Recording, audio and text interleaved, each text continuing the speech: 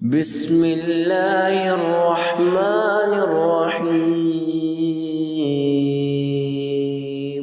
آپ صلی اللہ علیہ وسلم نے فرمایا، اے لوگو، ضرورت سے زیادہ کھانے سے بچو، یہ دل کو مردہ کرتا ہے اور اعضاء کو عبادت سے سست کرتا ہے۔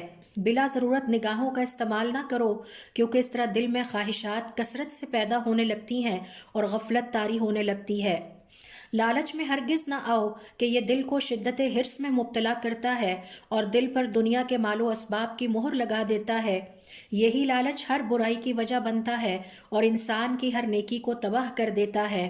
ایک اور روایت میں آپ صلی اللہ علیہ وسلم فرماتے ہیں، ایمان والا وہ ہے جس سے باقی لوگ امن میں ہوں، اور مسلمان وہ ہے جس کی زبان اور ہاتھ سے دوسرے مسلمان سلامت رہیں۔ مہاجر وہ ہے جس نے گناہوں سے ہجرت یعنی کنارہ کشی اختیار کر لی، اور اس جان کی قسم جس کے ہاتھ میں محمد صلی اللہ علیہ وسلم کی جان ہے، وہ مسلمان ہرگز جنت میں داخل نہ ہوگا جس کا ہمسایہ اس کی شرارتوں سے تنگ ہوتا رہا۔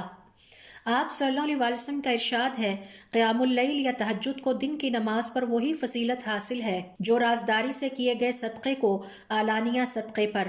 خبردار، مکاری سے بچتے رہنا، بے شک اللہ تعالیٰ نے فیصلہ دے دیا ہے کہ مکاری اپنے کرنے والے کے گلے ہی پڑتی ہے۔ اسی طرح آپ صلی اللہ علیہ وسلم نے فرمایا، جب کسی منافق کی تعریف کی جائے تو اللہ تعالیٰ اس پر غضبناک ہوتا ہے۔ آپ صلی اللہ علیہ وسلم کا ارشاد ہے، خیر کا کلمہ جسے مومن سن لے پھر اس پر عمل کرے اور اسے دوسروں کو سکھائے، سال بھر کی عبادت سے بہتر ہے۔ آپ صلی اللہ علیہ وسلم فرماتے ہیں، جس کسی نے گناہ کیا اور پھر وہ ہنستا رہا، آگ میں روتے ہوئے داخل ہوگا۔